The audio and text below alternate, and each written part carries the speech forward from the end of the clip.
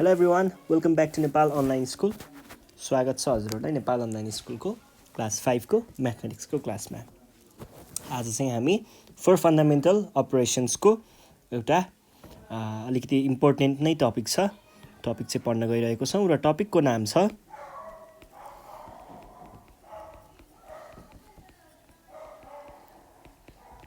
Simplification, जुन चाहिँ तपाईँहरूलाई अहिले मात्र होइन, तपाईँहरूको म्याथमेटिक्सको लाइफ जति लामो छ त्यति टाइमसम्म नै चाहिनेछ सिम्प्लिफिकेसन है। र सिम्प्लिफिकेसनमा चाहिँ अब सिम्प्लिफिकेसन भनेको हामीलाई केही जम्बल्ड वेमा हामीलाई केही अपरेसनहरू अपरेट गर्नुपर्ने हुन्छ भनेको म्याथमेटिकल अपरेसनहरू, जस्तै हामीलाई जोड घटाउ गुणान भाग सबै एकै ठाउँमा दिएको हुन्छ। एडिसन मल्टिप्लिकेसन सब्ट्र्याक्सन डिभिजन सबै एकै ठाउँमा दिएको हुन्छ र त्यसलाई चाहिँ हामीले एन्सर निकाल्नुपर्ने हुन्छ है। अब यसमा चाहिँ हाम्रो एउटा बेसिक रुल छ।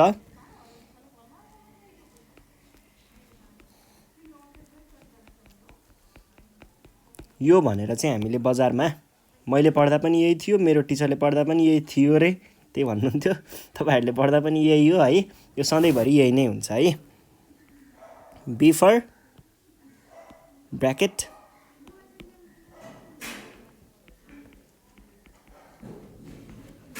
O for of, D for divide, M for multiplication,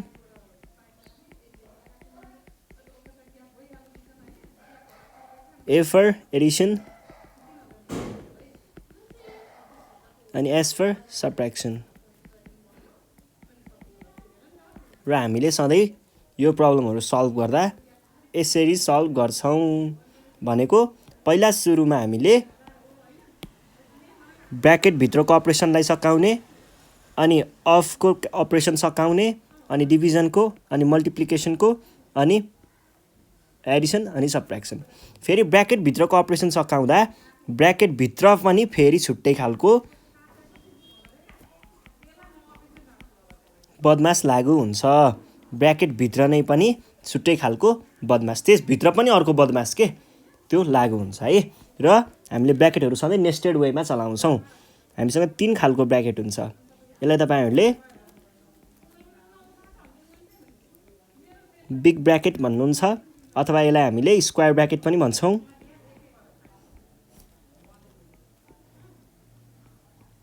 square ब्र्याकेट्स। त्यसै गरी अर्को हुन्छ हामीसँग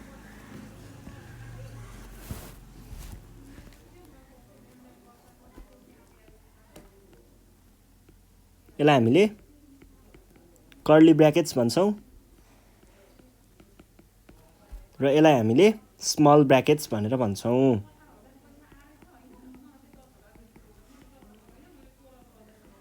र यसलाई तपाईँहरूले ठुलो भएपछि चाहिँ प्यारेन्थेसिस भनेर पढ्नुपर्छ है, जुन चाहिँ अहिले तपाईँहरूलाई चाहिँदैन, यो मैले लेखाइदिएको मात्रै हो।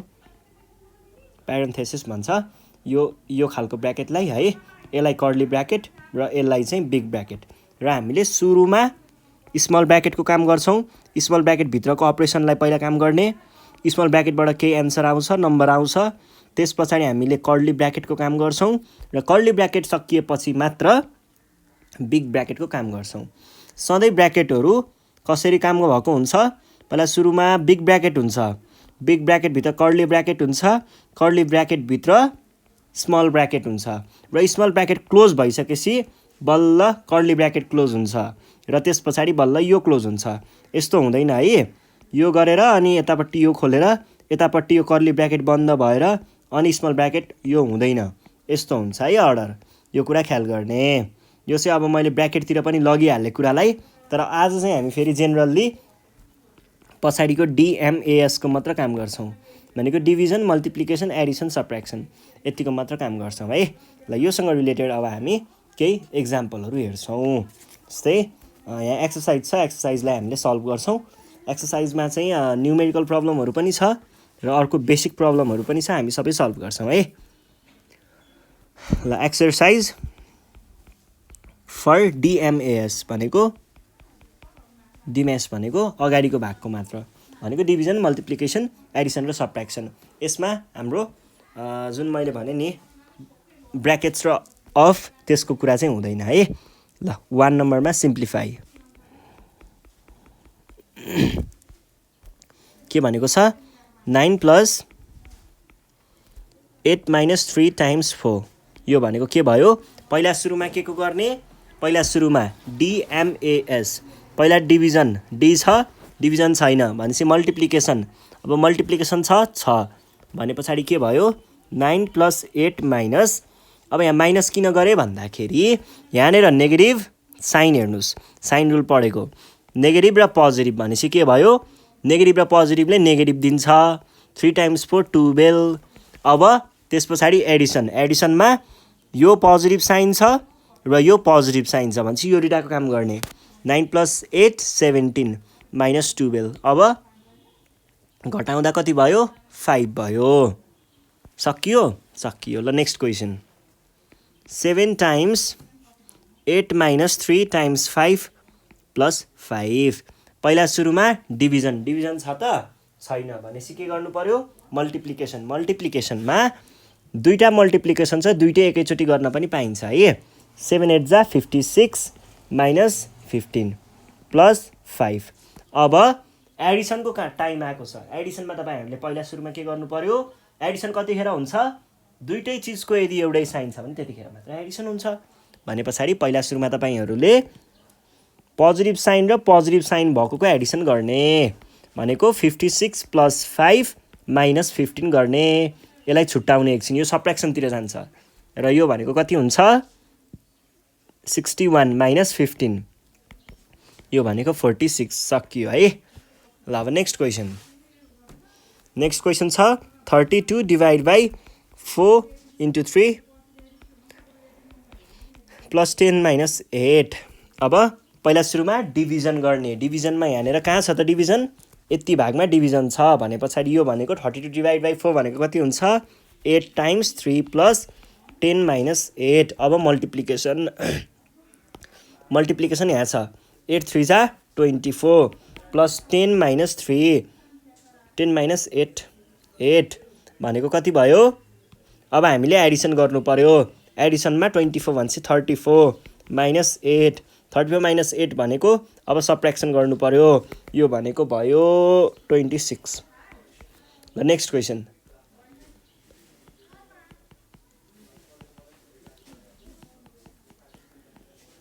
पहिला सुरुमा डिभिजन गर्नु पर्दा के भयो त यो 7 - 20 अब डिभिजन पछाडि मल्टिप्लिकेसन 90 + 7 - 20 अब एडिसन गर्दा 90 + 7 भनेको 97 - 20 अब सब्ट्र्याक्सनमा कति भयो 77 सकियो अर्को क्वेसन के छ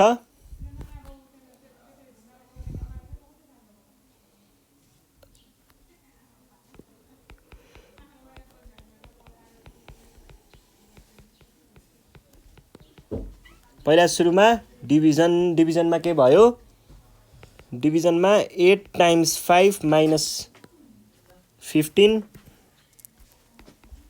+ 13 × 3 = अब मल्टिप्लिकेसन दुई ठाउँमा छ दुईटै गरिदिने 40 - 15 + 39 अब एडिसनमा पोजिटिभ साइन र पोजिटिभ साइन भएकोलाई लिने भनेको के भयो 40 + 39 गर्ने नेगेटिभ साइन भएको सब्ट्र्याक्सनको लागि राख्ने अब एडिसन गर्ने भनेको कति भयो 79 - 15 यो भनेको कति भयो अब सब्ट्र्याक्सन गर्ने यो भनेको 64 सकियो है ल अब नेक्स्ट क्वेसन के छ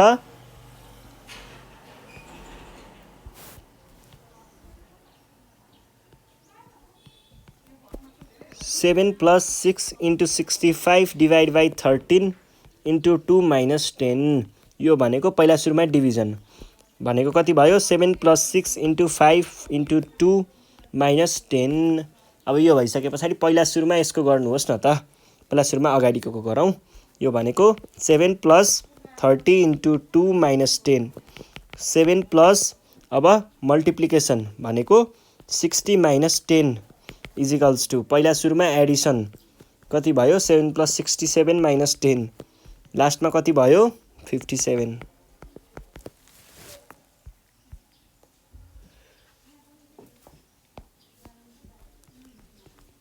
क्वेसन नम्बर 2 के भनेको छ make mathematical expression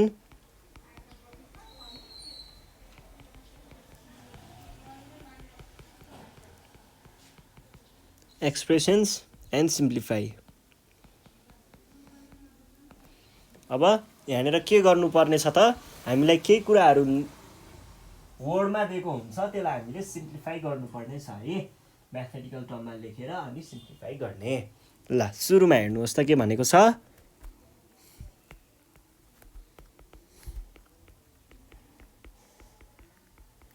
five is subtracted from the sum of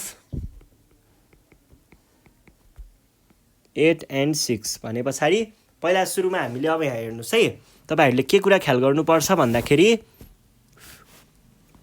केही बेसिक किवर्डहरू हुन्छ है, जस्तै सम, डिफरेन्स,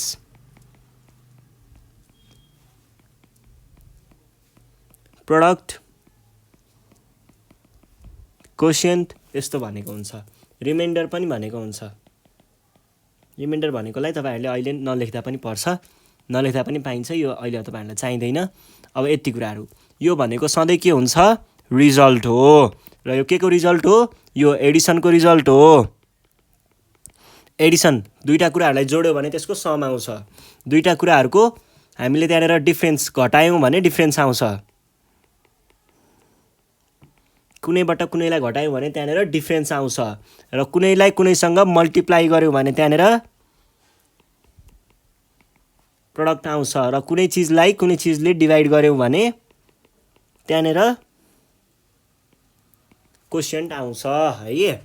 ल सम भनेको छ, सम अफ 8 and 6 भनेको पहिला सुरुमा 8 र 6 जोड्ने, अनि त्यहाँबाट आएको समबाट चाहिँ के गर्ने, 5लाई घटाउने, -5 गर्ने। यसले चाहिँ के भन्दैछ त भन्दाखेरि यहाँनिर सबट्र्याक्टेड फ्रम भने पछाडि जस्तै 2 इज सबट्र्याक्टेड फ्रम 7 भन्यो भने यो 7 अगाडि आउँछ, 2 पछाडि जान्छ, सबट्र्याक्टेड यहाँ आउँछ। किनकि यसले इङ्ग्लिसमा भन्दाखेरि 2 इज सबट्र्याक्टेड फ्रम 7 भन्यो, नेपालीमा भन्दाखेरि चाहिँ के भनेको भन्दा 7बाट 2लाई घटाऊ भनेको हो, भने चाहिँ 7बाट 2 घटाऊ भनेको 7 - 2 गर भनेको हो। इङ्ग्लिसलाई बुझ्नु पर्यो है। ल यो भइसके पछाडि हामीले यहाँनिर के लेख्ने भयौँ त, पहिला सुरुमा यो पछाडिकोलाई अगाडि ल्याउने र अगाडिकोलाई पछाडि लग्ने। 8 सम भनेपछि त 8 + 6 भयो, -5 भनेको कति भयो, 14 - 5 = 9। यस पछाडि अर्को,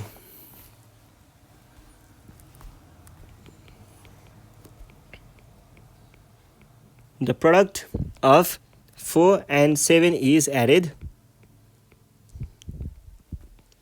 with 5.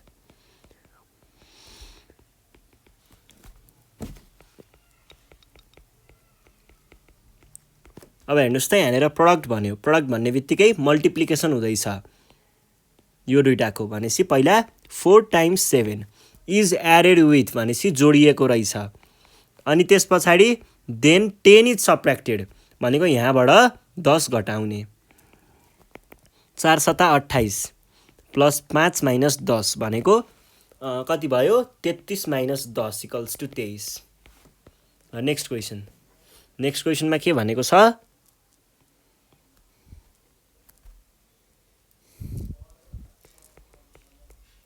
From the product of 9 and 6 the product of 5 and 4 is subtracted.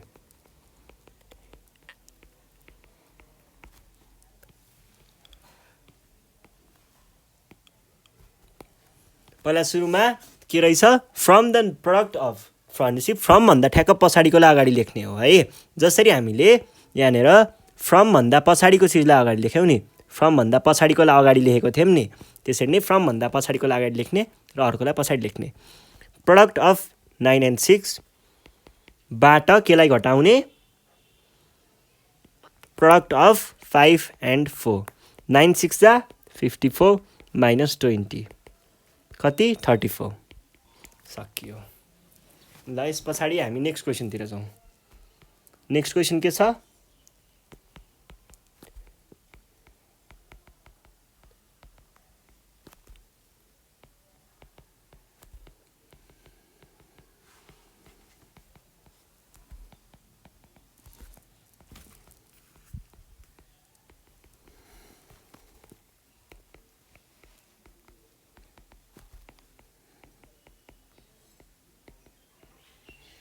ल हेर्नुहोस् है, यहाँनिर के भनेको छ, द क्वोसिएन्ट अफ यति इज डिभाइडेड बाई यति एन्ड एडेड विथ यति देन 15 इज सब्ट्र्याक्टेड। पहिला सुरुमा क्वोसिएन्ट भनेको के हो त? क्वोसिएन्ट भनेको डिभाइड गरेर आउने चिज हो।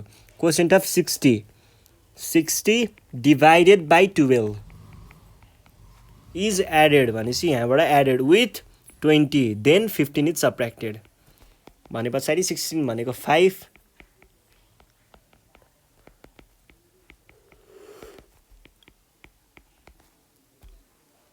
ल यो हाम्रो एन्सर भयो है। अब अर्कोमा यहाँ के भनेको छ हेर्नुहोस् है, यहाँनिर हामी पुग्यौँ 3 नम्बरमा। 3 को एमा के भनेको छ भन्दा देयर आर 15 प्यासेन्जर्स इन अ बस। एउटा बसमा 15 जना सवारी 15 जना मान्छेहरू चढेका रहेछन्। 7 of them get down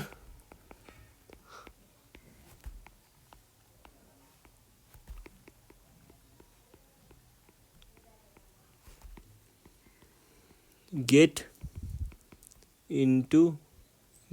in at a stop. How many passengers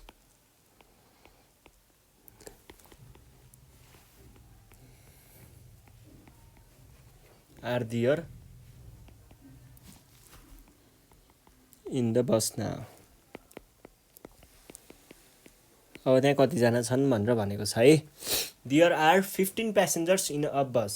एउटा बसमा पहिला सुरुमा 15 जना मान्छेहरू रहेछन्।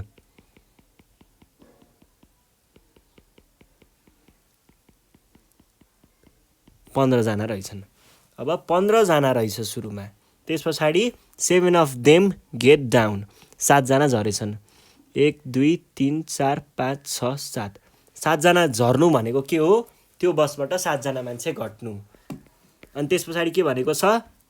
And 9 new passengers get into it. 9 जना फेरि चढेछन्। चढ्नु भनेको के हो? थप्पिनु।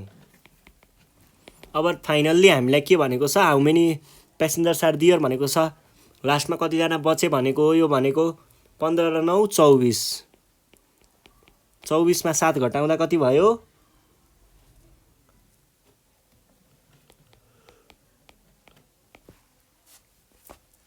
17 जना चाहिँ त्यहाँनिर बाँकी भए। ल अब बी नम्बरमा के छ? द टोटल कस्ट अफ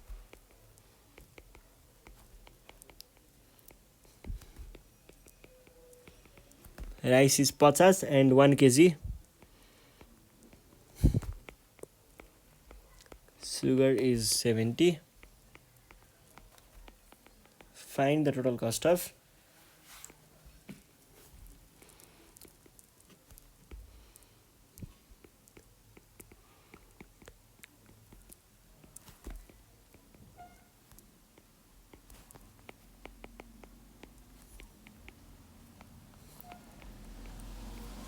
हामीलाई टोटल कस्ट पत्ता लगाउनु पर्ने छ। जब कि 1 kg राइसलाई यति र 1 kg सुगरलाई यति पर्छ भने 5 kg लाई र हामीलाई 5 kg र 2 kg लाई कति पर्छ भन्ने कुरा छ। र टोटलमा कति पर्छ? टोटल कस्ट भनेको के हुन्छ? Cost of rice plus cost of sugar. Cost of rice भनेको फेरि के हो? कस्ट अफ राइस भनेको चाहिँ के आयो त भन्दा कस्ट अफ राइस त हामीलाई 5 kg को चाहिएको छ भनेपछि 5 टाइम्स 1 kg लाई 50 पर्छ प्लस 2 टाइम्स 70 भनेको 250 प्लस यो भनेको कति आयो? 790 चाहिँ हाम्रो एन्सर आयो। ल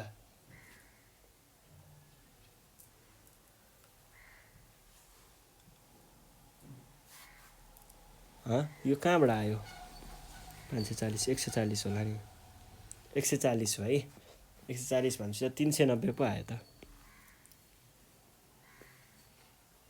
ल अब अर्कोमा के भनेको छ ए शपकीपर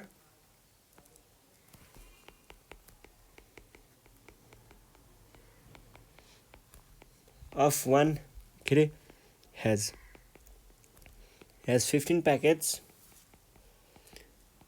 of pencil each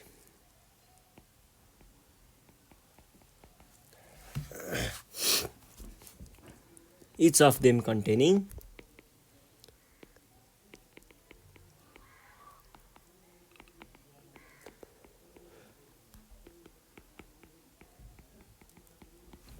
if he sold 25 pencil on a day, how many pencil are left?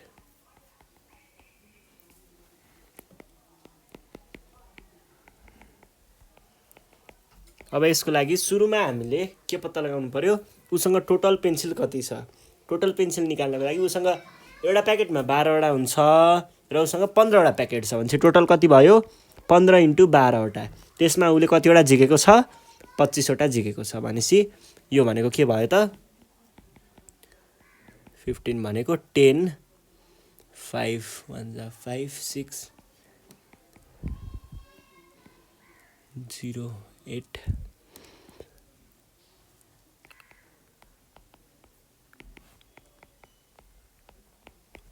ल यो चाहिँ हाम्रो एन्सर भयो है र आज हामीले यति नै गर्छौं अब यो भन्दा नेक्स्ट सिरिजमा चाहिँ म तपाईहरुलाई ब्र्याकेटहरुको युज पनि सिकाउने छु त्यतिखेरसम्मको लागि नेपाल अनलाइन स्कुललाई बिदा दिनु होला धन्यवाद